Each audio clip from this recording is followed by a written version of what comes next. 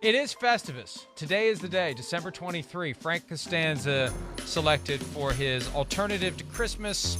He celebrated with a metal pole. There was a Festivus meal, and there was also Airing of Grievances. Peter King, who usually is with us on Fridays, traveling to the West Coast or is already there, he has a message for us in honor of 2022 Festivus. Here's a little hello from Peter. Mike Florio, Happy Festivus. You know, there's 3 Festivus miracles this year. The first one, you and Aaron Rodgers haven't gouged each other's eyes out yet. But, you know, we still got a week left in this year, so who knows?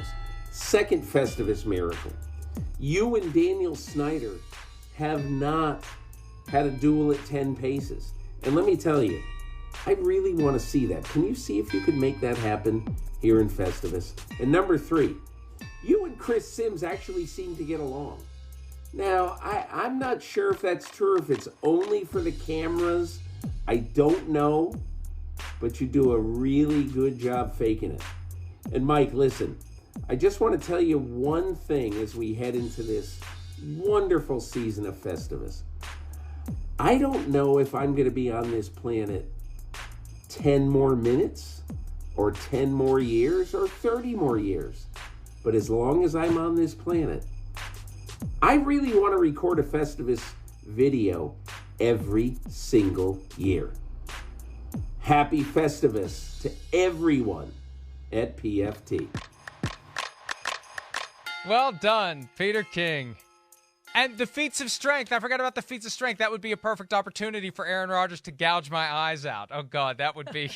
I mean, the guy's like 6'5", and he's got giant hands. I wouldn't last 10 seconds. But regardless, let's air a couple of grievances, Charean. Do you have one in honor of this spirit of Festivus?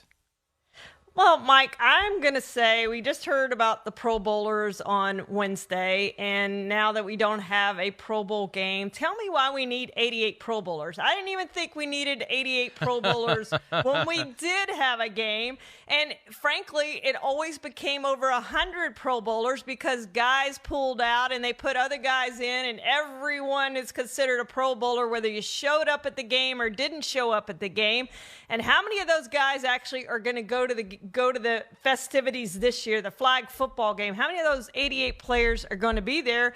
And if you're going to have 88 players and say half of them don't go, are you going to replace them? Are we going to end up with 150 Pro Bowlers or something like that? I just don't think now, especially that we don't have a game, that you need that many Pro Bowlers. We need fewer Pro Bowlers. You don't need 3 quarterbacks for a flag football game. I've been reluctant to criticize the new approach because for years I'd been saying just name the team but don't play the game. I didn't realize there was an intermediate possibility where they would gather the players for something, whatever it's going to be. I'm not a big fan of that, this made-for-TV shenanigans that no one is going to care about. They've been doing the skills competition with dodgeball and whatnot for the past several years. I watched the first year and decided I will never watch this again. I'll watch football. This ain't football. So I agree with you on that, but I have been treading lightly on complaining about anything Pro Bowl related because I just wanted them to stop the game, and they did, so I appreciate that. A Festivus wish from some past year has indeed come true.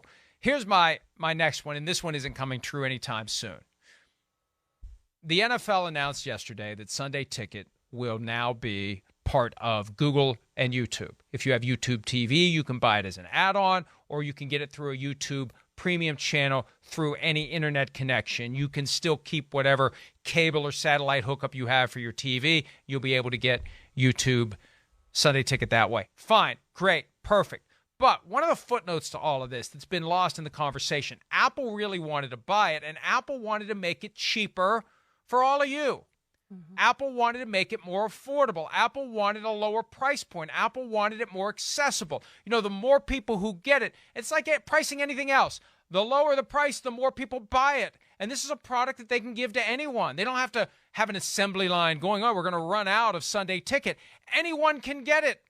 So Apple ended up pulling out because the NFL, as I understand the reporting from CNBC and other things I've seen and heard, The NFL didn't want to have to go back to CBS or Fox and maybe give them back some of their money for the Sunday package they have because they want the price to be high because they want people to not get Sunday ticket and just turn on their TV and watch their local CBS or Fox game on Sunday afternoon. I get it. I understand it. But if this is about taking care of your customers, the people who make this game go, the people who want to be able to watch any game whenever they want, when you market the entire league to every fan out there, why not make it as cheap as it can be for as many fans as possible to enjoy any game they want, any day they want? That is my Festivus grievance, but it's not going to be rectified by next year because it's a 7-year deal between the NFL and YouTube, Charean. So maybe in 8 years, Mike, you'll get your wish. Hopefully I'll live that long. Hi, it's Mike Florio. Thanks for watching PFT on YouTube. Hit subscribe for the latest news and analysis from Pro Football Talk.